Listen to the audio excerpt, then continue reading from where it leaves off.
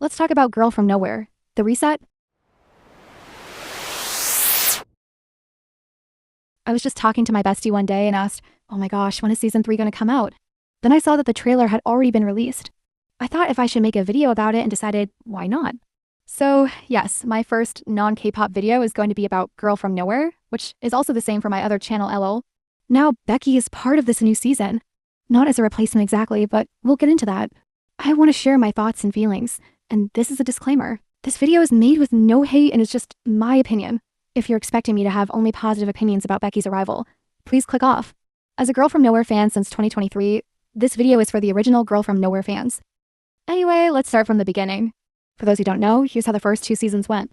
The story follows Nano, an enigmatic and immortal girl who transfers to different private schools across Thailand. In season 1, Nano transfers to a new school in each episode, targeting a specific individual or group. She acts as a catalyst who exposes corruption, deceit, and hidden wrongdoing within the school system. By the end of each episode, events spiral into chaos as the truth comes to light. Although Nano's actions may seem cruel at first, it ultimately becomes clear that the consequences stem from the character's own decisions. She does not force them to commit their actions. She simply creates the circumstances that reveal who they truly are.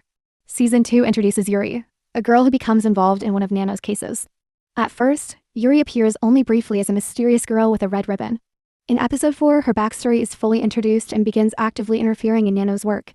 During the events of her episode, Yuri accidentally drinks Nano's blood, which grants her immortality and abilities similar to Nano's. She then becomes a recurring character throughout the season. As the season progresses, changes in Nano become noticeable.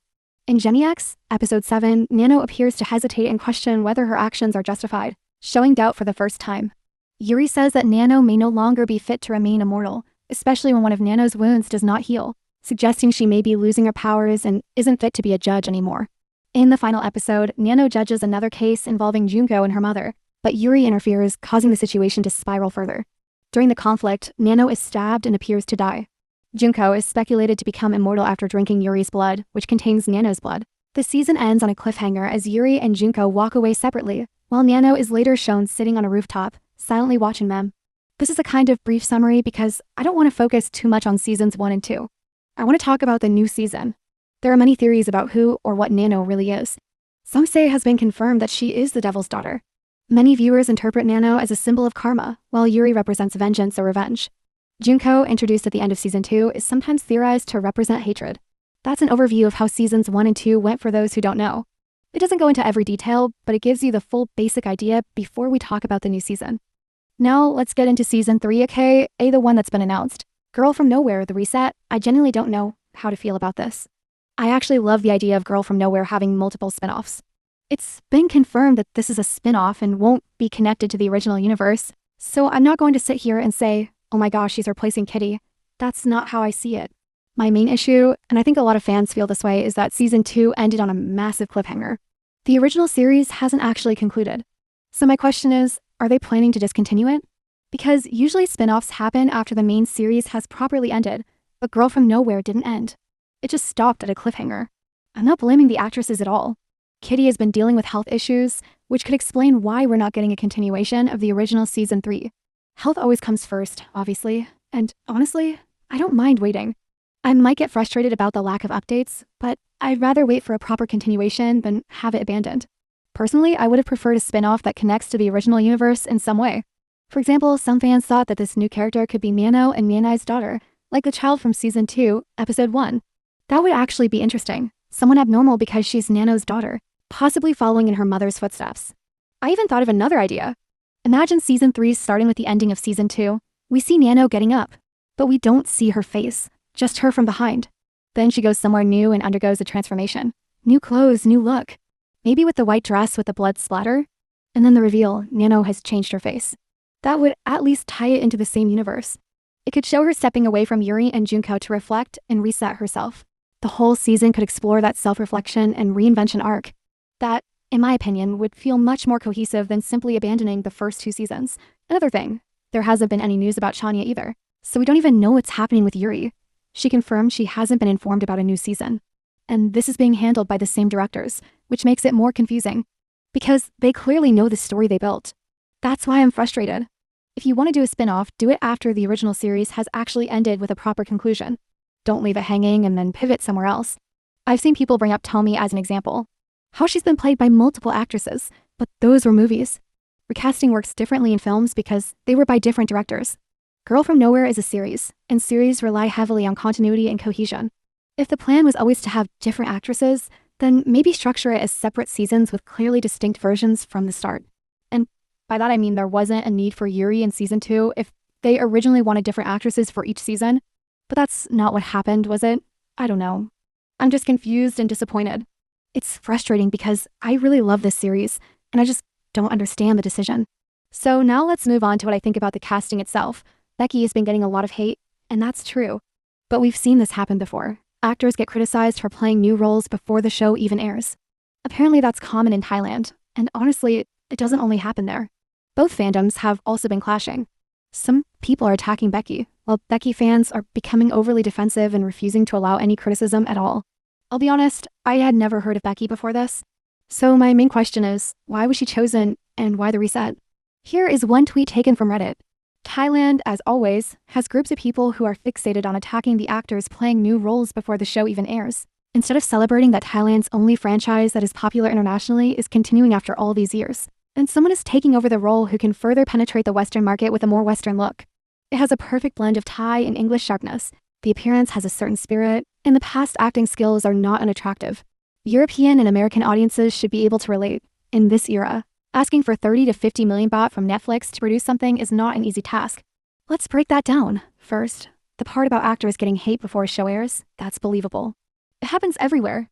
But the idea of specifically choosing someone for a Western look is odd. Why would that automatically make the show more relatable? In my opinion, the original series became popular for different reasons. It was a thriller. It tackled real societal issues in schools and beyond. It had depth and meaning. The themes weren't limited to Thailand. They were universal and can happen anywhere. That's what made it resonate. Or it was simply intriguing to watch a mysterious girl with powers manipulate situations, yet ultimately reveal that people make their own terrible choices. So I don't really understand why a Western look would be the key factor in appealing to audiences. From what I've heard, a more practical reason might be that Becky already has a strong fan base. Now, about the new lead and the reset. Here's another tweet. Why a new Nano? The new creative team didn't want to cling to the original actress and felt it was time to change the franchise again. Sour Bangkok, the creators of Kitty, discussed the significant changes to the series, including a new lead actress and a complete reset of the universe. They stated that it was time for change and they didn't want to be dependent on the original actress. This new character, Nano, has an unknown backstory, but they want viewers to remember her more for her unique personality. We thought that after a 5-year gap from the previous season, it was the right time to reset the universe and fulfill the creator's original intention of allowing Nano to shapeshift. Since Nano is a unique character with an unknown origin, we didn't want people to focus solely on the actress, but rather on remembering Nano for her spirit, for who she is. If Western countries can have multiple Batmans and Jokers, why can't we have Nano played by new actors with new interpretations? We think it's a good thing that Thai series can expand their universe, and honestly, that explanation is solid. I wouldn't even mind a spin-off. If the original series is finished, and I'd be open to supporting a continuation if it stood on its own. However, this is where it feels contradictory. Here are things said by the directors. As a director, we have to consult Kitty because she is Nano herself. Speaking from the perspective of Nano, she has the experience from the previous episodes. So, if Kitty Chacha says Nano thinks like this, I'll believe her. Kitty Chacha is a professional actor. I feel completely relaxed and comfortable working with her on set. Kitty Chacha would also be at ease because she has done enough preparation. When filming, she would not sit down and feel concerned with her parts. She is an actor who has already infused her identity with the character and blended in with this series. When the series would pose questions, Kitty Chacha would question them as well. She would ask questions to understand her role, so I had a lot of fun working with her. In past interviews, the directors emphasized how deeply the original actress infused herself into the character, how she understood Nano, questioned the script from Nano's perspective, and essentially became her. They spoke about how inseparable the character and actress felt. Now, they're saying they don't want audiences attached to the actor, but only to the character. That shift feels like a 180. You can see why people are frustrated. Here's also what Kitty said in past interviews. Question. Many people say that you're basically playing yourself. Kitty believes that if someone else were to play Nano, it wouldn't turn out like this. It would probably become a blend between the character and the actor's own personality. Since this is Nano and Kitty's version, there are naturally some parts of me mixed into her. If you ask whether this role was born for me, well, if that's the case, that would be wonderful. Now, this is a confirmation that the Nano we fans are used to has Kitty's personality to some extent. Although her explanation makes sense, which is why I'm not losing hope for Becky. As for Becky's acting, I don't want to judge too harshly based on a trailer. We haven't seen her full performance. From the trailer alone, though, the vibe feels different. It leans more toward a Yuri-like intensity. The original Nana was brutal, but in a calm, almost playful way. She enjoyed what she did, but she approached it with a chilling composure. This new portrayal seems more outwardly aggressive and dramatic. You can just see the difference from how they introduce themselves. While Nano seems innocent, you can already see the sinister nature with how Becky introduces herself. Some people are saying this season will be much more brutal.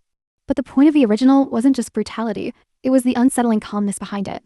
I'm not sure yet if this new interpretation will capture that same balance, but I do suppose this is Becky's interpretation of Nano. Those are my main thoughts. I don't want to drag this out too long, but overall, I understand the reasoning behind the change. I just also understand why people are skeptical, because I'm one of them. Now let's move on to the episodes. The episode titles have been revealed, and I've looked through them. If I'm being honest, there's one specific episode I'm personally really excited about. Only Nano. At first, I was confused about the title, but then I realized it's clearly a reference to OnlyFans, which makes me even more curious about what they're going to do with that concept. I also have to say, most of the promo posters and teasers look amazing. The budget is budgeting. That's one thing I can definitely praise already. However, I just found out this season only has 6 episodes. That's honestly frustrating. Season 2 had 8, and now we're down to 6. It feels like the seasons just keep getting shorter, which is disappointing. Here are the episode titles and summaries that have been revealed so far. EP 1, The End of Bullies, directed by Parak Komwan. Centers on a shocking end to school bullying. EP 2, New Kids Underwear, directed by Siddhi Mankalsiri. Follows a gang facing a new dangerous target. EP 3, The Tour Bus, directed by Patha Thompan. Explores a world where truths are hidden on a bus trip. EP 4, Alma Nano, directed by Severoj Kamsikol. Deals with social media and the question of body ownership. EP 5, Master of Demolition, directed by E.K. Sektarat. Dives into intense, long-lasting consequences. EP 6, The Election, directed by Wasutha Katpech. Tackles corruption and cheating in a school election. That's all for today. What do you guys think? Leave your thoughts below. Hate comments will be deleted. Whether they're directed at Becky or Kitty, this is my first video talking about this topic, so I'm not sure if I'll make another one, but maybe I will once more news drops or when the episodes are actually released. These are just my thoughts. Let me know yours.